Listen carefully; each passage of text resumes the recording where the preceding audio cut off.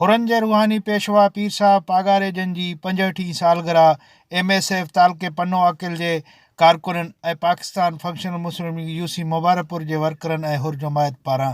Union council office Mubarakpur में मल्हाई वई। तक़रीब में सालगिरह जो केक काटियो वियो ऐं कारकुननि ऐं हुर जमायत पारां सिंध TV सां ॻाल्हाईंदे चयो त मौजूदा पीर से सरदार जेके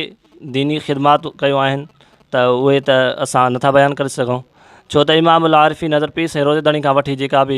सिलसिलो हलंदो आयो आहे ऐं जेके मौजूदा पीर साईं सरदार इन सिलसिले खे अॻिते आंदो आहे, जमायत खे जेके मशवरा ॾिना आहिनि, जमायती हुजे या ग़ैर जमायती हुजे, मुस्लमान हुजे या ग़ैर मुस्लिम हुजे, जेको पाकिस्तानी ऐं पाकिस्तान जी आवाम जे लाइ मौजूदा पीर साईं सरदार रहनुमाई जी वाट ॾसी आहे, उहो शायदि केरु ॿियो न ॾसी सघंदो। अल्लाह तबारक व तआला उन्हनि खे ख़िज़री हयाती अता फ़रमाए ऐं असां सभिनी खे उन मां मुस्तफ़ीज़ फ़रमाए। जीअं त मुस्लिम स्टूडेंट फेडरेशन फंक्शनल तालका पनवाकल जे तरफ़ों UC मुबारकपुर में पीर साईं सरदार मौजूदा जी जेका सालगिरह मल्हाई पई वञे, असां दुआ कयूं था अल्लाह ताला खां त असांजे मुर्शिद करीम जी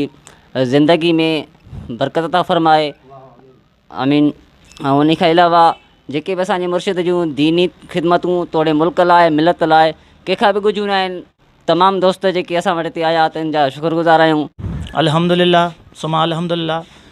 जीअं त अॼु असांजे मुर्शिद मुरबी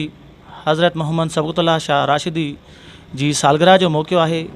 सो हीउ ॾियारो असां हुर जमायत जे लाइ ईद खां वधि ख़ुशी वारो ॾियारो आहे।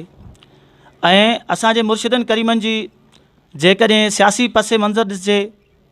या उन खां बाद में मज़हबी पस मंज़र ॾिसिजे त अहिड़ो को मिसाल शायदि दुनिया में मिले। असांजे मुर्शिद पागारो हर वक़्तु पाकिस्तान जी फ़ौज जे शाना बशाना बीठा आहिनि ऐं अॻिते बि हूंदा ऐं उनजा हुर जमायत। असां अल्लाह तबारक व तआला खां इहा दुआ घुरूं था शाल रब ताला असांजे मुर्शिदनि खे ख़िज़री हयाती अता फ़रमाए ऐं असां ते हमेशह मुर्शिदनि करीमनि जो सायो ता क़यामत रखे, आमीन। मुर्शिद करीम आला हज़रत पीर साईं सबक़तुल्लाह शाह राशिदी जन जो